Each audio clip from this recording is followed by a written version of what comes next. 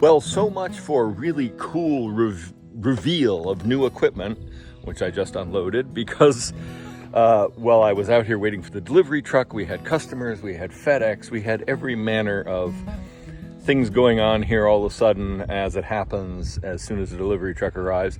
I couldn't film any of it. But anyway, we have a new implement. One of the first things I'm going to do is take the instructions out of this little tube. I don't know why implement makers put these tubes on their implements. Had one on the wood splitter as well. Condensation, rain, as watertight as they may supposed to be, condensation and rain gets in there and always ruins the manual. So I never keep it on the implement. Doesn't make sense. Stuff gets destroyed, and then when you need it, it's not there.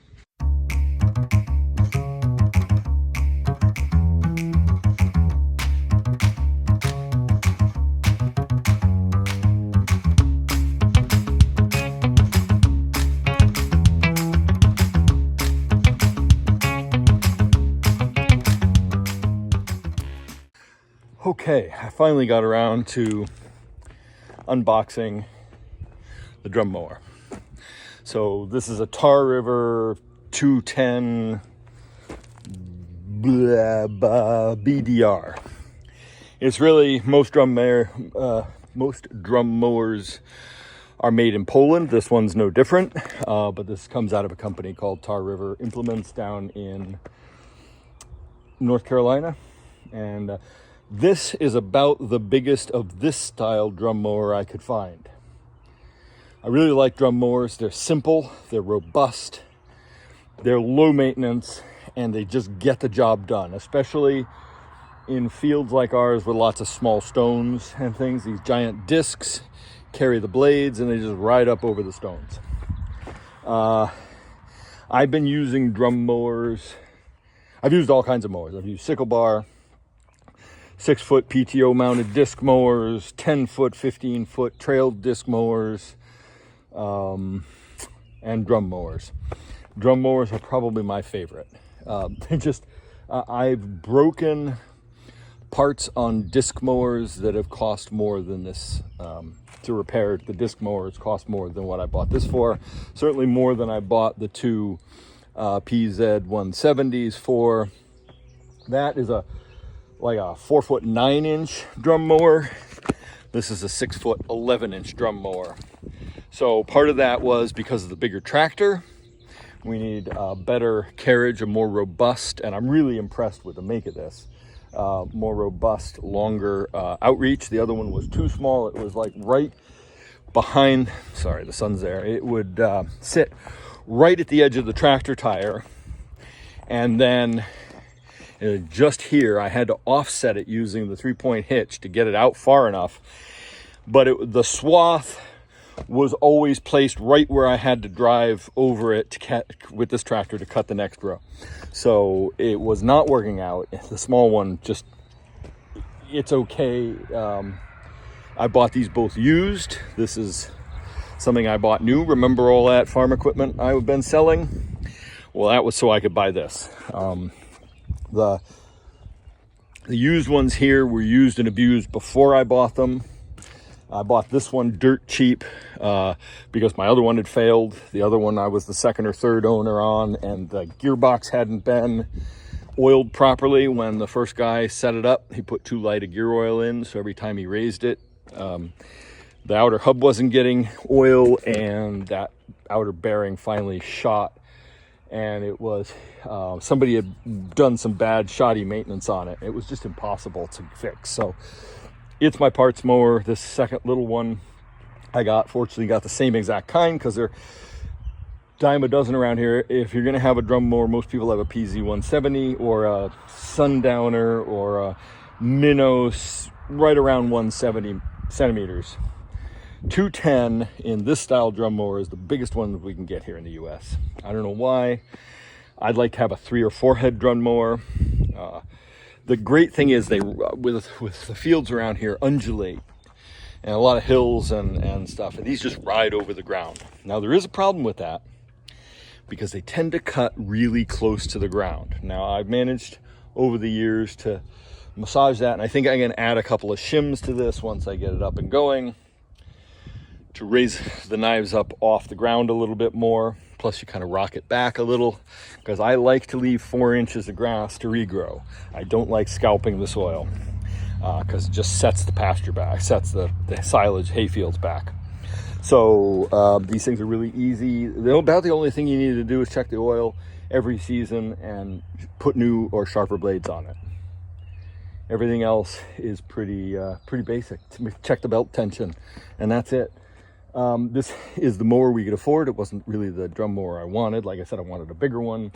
I did find out after I bought this that there's another company out there that I've got to investigate that makes a trailed drum mower that could possibly be like 8 foot. This is almost 7, so 8-9 foot would be better.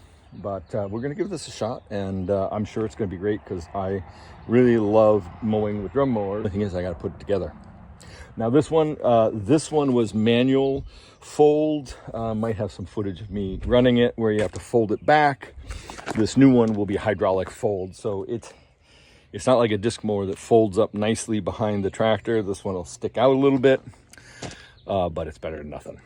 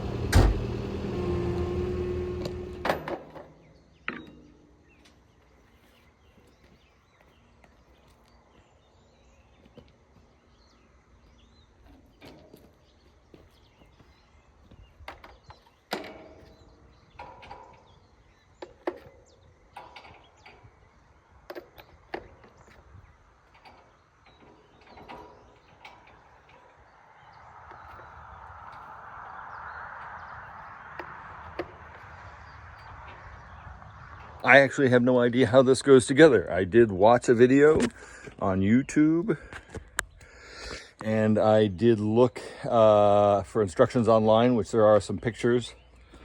It can't be far different than the old one. I'm just going to go ahead and work my way through this as I have time over the next few days, so that I can get this going by the time the grass is ready. Sweetheart, what happened, baby? Trixie, love. Hi, beautiful. Can I help you? How did we do this? How did this happen, sweetheart? Shit. Do that. I'm sorry, Trix.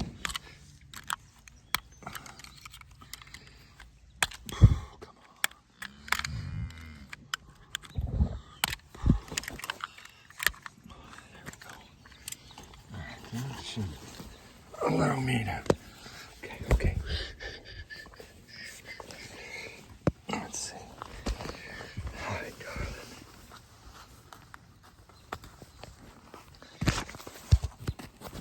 Got it off. Yikes. How does that even happen? That collar was normal tight on her. She must have got her leg looped through it. She's pregnant too. She's due in about 15 days. Always happens to the pregnant ones. Hi, Trixie, darling. You feeling better, sweetheart? Hi. Look, that's you. Hey, you're beautiful. It's gotta hurt, doesn't it, sweetie? Come on. Well, I'm beat. I'm gonna spend about 2.5 hours traipsing through the forest, identifying those trees which need to be felled to allow the rest of the forest to grow up, targeting dead, damaged, and dying trees, ones that won't make timber, with the idea of it's a forest stand improvement project, so that I'm leaving trees that will grow to produce timber or quality. So straight, clear, true, no dead limbs up high, nothing. You know, it's perfect time. Actually, it's a little warm today, but you can see where a section of a tree isn't leafing out like the rest. That one goes. Most of these trees are about 24 inches in diameter at the base. So it's no small feat to drop them. I dropped 10 in 2.5 hours. That's not a record, but I wasn't pressing. It is a lot of climbing up and over and down and around stuff, gullies and things. I think I've got the first 6 acres done, and I'm working on the second 6 acres. I'm going to go back tomorrow and come in here, and I've got 3 trees where I left off to finish cutting. And then we'll right in the local area in that vicinity, and then I'll come back towards where I've already worked, make sure I've got everything there before heading down to the end of the point. And then I've got this whole other side of the gorge to do. It's not easy work. Something I used to do a lot when I was younger. And for now, I'm just dropping them. They're going to stay on the ground until later in the summer or fall when it's cooler and I can get in here with some equipment. Hopefully I can get this bridge finished. It is really a exercise in future, because not only now do I have to come in and harvest these and pull them out, but I have some that will make beautiful lumber. I've got some clear oak that's going to make some gorgeous boards. So I've got to get them out and get them sawn up. But then there's a ton of firewood. And so it's just a matter of now how to get in here and go. And, you know, it's a different setup than I have done before. Excavator will work pretty good in here to pull the stuff out to a landing and then be able to drive the tractor with a trailer on it and then haul them out. Got to get the bridge done, though. So I've got the rest of the summer that I need to get this done. But also, if we don't end up getting the farm, if we can't get a mortgage for this and buy it, then all this is for nothing. Then all that firewood is just going to sit there for somebody else to take. Probably won't even do it. Because I know I'm not going to get these out this summer. It's going to be this fall. It's going to be September, October before I can get back in here with the way summers go around here. So, and it's also just gonna be viciously hot and buggy. But I had to do this because I've had this forestry contract for 7 years and it needs to be done. They're gonna pull a plug on it in September if I'm not finished with it. So get it done. So yeah, to that extent, to that end, I am not a logger, even though I've done it. So I'm not videoing me felling trees. It's dense forest and there's really not a lot of great angles, and carrying camera equipment with me isn't an option. It's hard enough lugging the chainsaw equipment and felling wedges and mallet and everything in there with me, so I'm not filming it. I don't need people telling me I'm doing it wrong. So you're just gonna have to believe me. Maybe I'll do a survey of the downed trees when I'm done. Show you the size of them if I can think about it tomorrow. I also realized I needed to turn on my GPS unit when it was unfortunately 2 hours in. I decided to turn it on so I know where I am in the forest and how much I've cut and where I'm targeting to make sure that I'm covering the right area, because I have 18 acres to do, and if I've just done 6 and I think I've done 12, well, that means I still got 12 to do. So, yeah. Just gone 12:30. I want to give this another hour and a half. I did have to buy a new saw yesterday because my saw wasn't capable of dropping some of the trees. I got one that I could put a 24-inch bar on. The 20-inch bar wasn't cutting it. Some of these trees are 30-inch diameter, and it was just bogging down too much. So a bigger saw this saw will take a 28-inch bar. I figure a 24 is a good compromise. I can get 90% of the trees I need down, and it's not so heavy. Lugging it around the forest isn't a hassle. Now, the trick is, I got really good sense of direction, but getting turned around in here and being able to get out, easy to do. Easy to get lost in your own woods.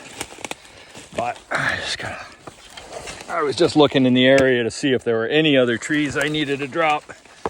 We'll walk on this log and get my tail feathers out of this section of the forest. I got other sections to go to. I think the trail's right here. As big as these trees are, they were saplings in the 60s. So they're my age. 50, 60 years old. Okay. This work is a young man's game, and as much as I like to pretend, it's kicking my ass.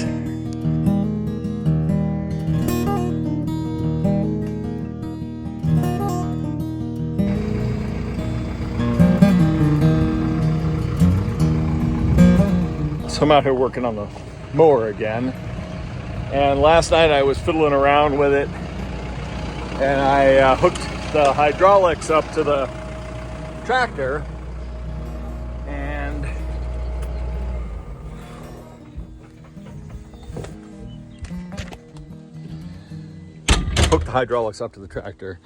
and retracted the cylinder into it, but then couldn't get it. And I'd had it in the right place, except I couldn't get the mounting husk where the 3-point hitch part was kicked at an angle, and I couldn't get it worked out.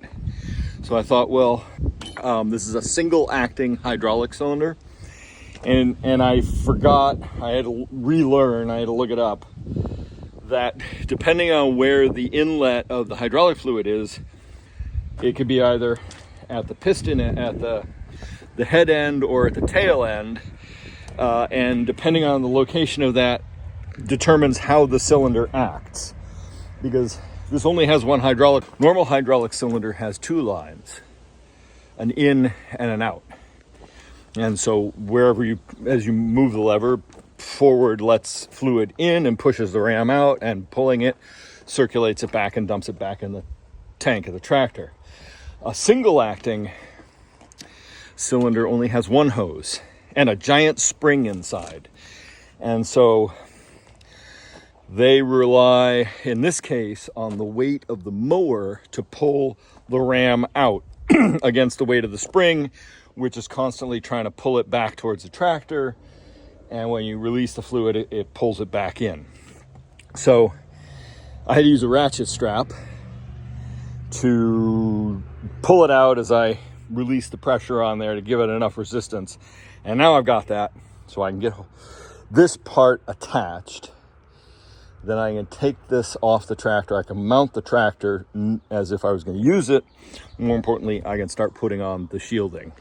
I am changing around the pins from category 2 on the outside. I moved the category 2 on the inside and put the category 3 on the outside because it just makes it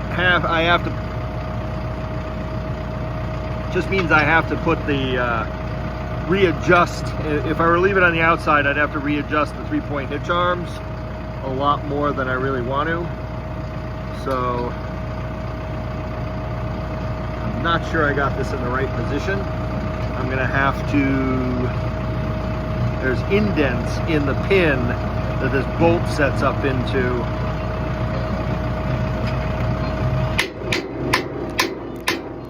I think I'm there.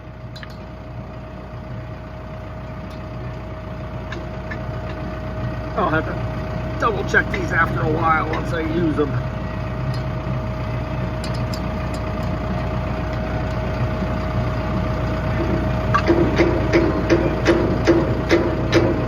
I have to do both of them.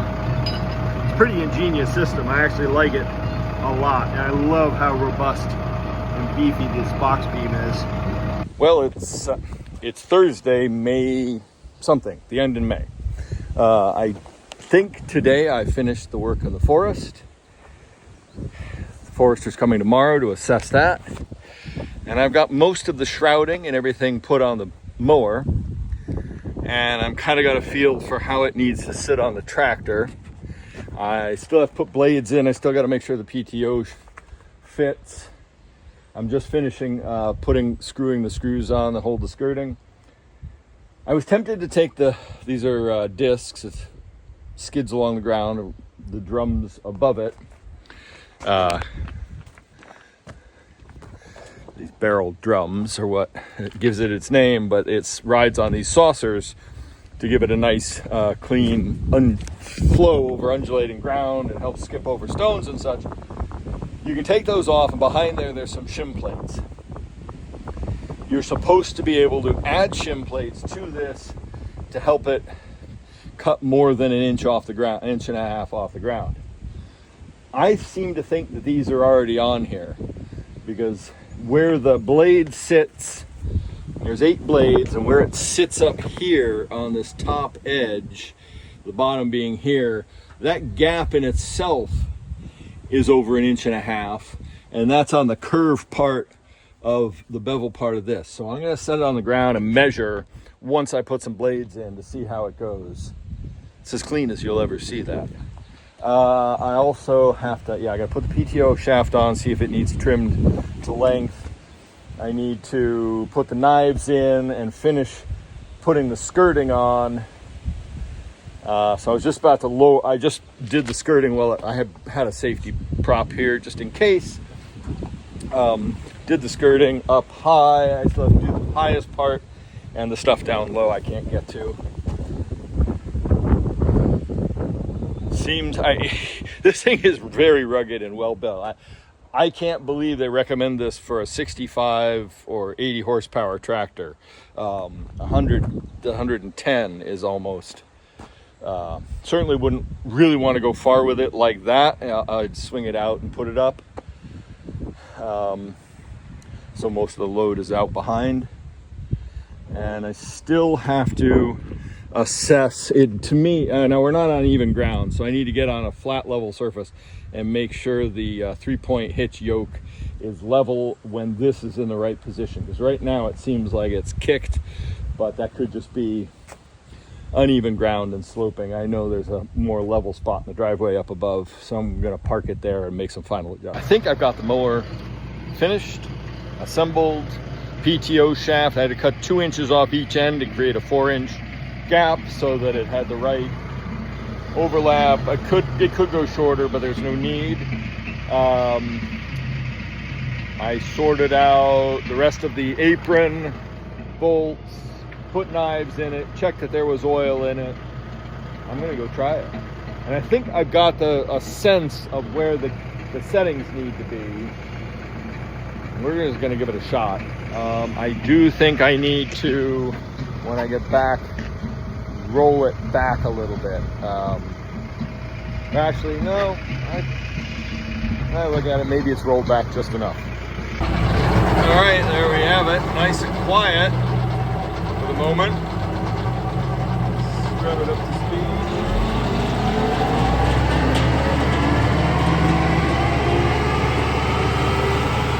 Nothing flying apart. See what happens if I go forward.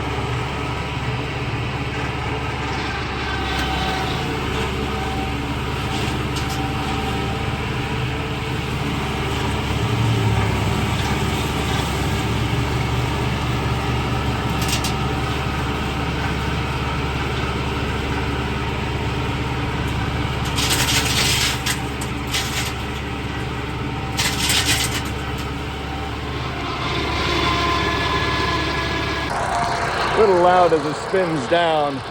I didn't have a very good test plot. I didn't want to take anything out of the field or the grazing. I did want to see what happened. I had it flat on the deck. Now the thing is, this particular unit and some of these drum mowers, because they are so simple, they don't have a great reputation for cut. Good cut, nice cut, but short. And so I ran it flat. And it looks like I scalped the ground in a couple of places. So that's not good, but it does make a nice windrow swath, as it's called. Now this was a bit of a hill, and I did have it flat, dead level. So yeah, I scalped the ground here, which is not good because this will take longer to regrow. Now here, I kicked it back a little bit. So once I got off that hillside, it sort of straightened out. It's still, yeah, it's only a couple inches tall there. And then when I nudged it back, you can see there's a definite height. So here's the stuff. It's only about a couple inches tall. And here's this stuff, which is much taller. So definitely has a height difference. So yeah, I'm not gonna mess with the opening up those drums to see underneath those saucers to see if there's any setting I can change. I'm just gonna nudge it back. It doesn't seem to be doing any back cutting with the blade on the backside. So this is a win, and I'll feed this grass to the calves. The other thought I had, these are flat blades. And when they're wore out, I may switch to the other blades that I have from the other machine, which have a curve to them. And I could put that curve up and it would lift. This is a dull one. I could use it on the opposite. They're double-edged, so you can use them on the opposite edge. I could put that curve up so that when it's level, it would be above the level of the disc when it's spinning, and it would be that much higher. I suppose that's a consideration. Do I only have dead ones? I got another one here that's also, that's what happens over time. They hit stones and ground and they round off. Anyway, I'm happy with that. I'm gonna go get a sled and a rake and pick up that grass for the calves. All right, that's that. That's the mower ready. And it's about exactly what I expected from it. It's just bigger and hopefully will allow us to cover more ground. That is 4 foot 9 inches. This is 6 foot 11. So there's gonna be a gain, fuel savings, time savings, hopefully a better cut. Hopefully I won't be, because that was the swath on that. Basically it cut over the backside of the tire, and it sat behind the tire, and because the tractor's 7 foot and that's like 5 foot, I was always driving over the windrow or the swath. I was always driving over the swath and pressing it into the ground, which made it harder to pick up, which meant I was wasting grass. So the right size mower, definitely worth the upgrade. I think we'll find out this year. The old PZ, great for a smaller tractor. My 35 horsepower, struggled with it on hills, but that's just because it was wore out. Good, simple, lightweight mower. Like I said, I have 2 of them. I wore one out in about 5 years. Partly that was a steep learning curve. There was the hydraulics on the old Big Red, the old 35, 42 horse. I guess it was 42 horse.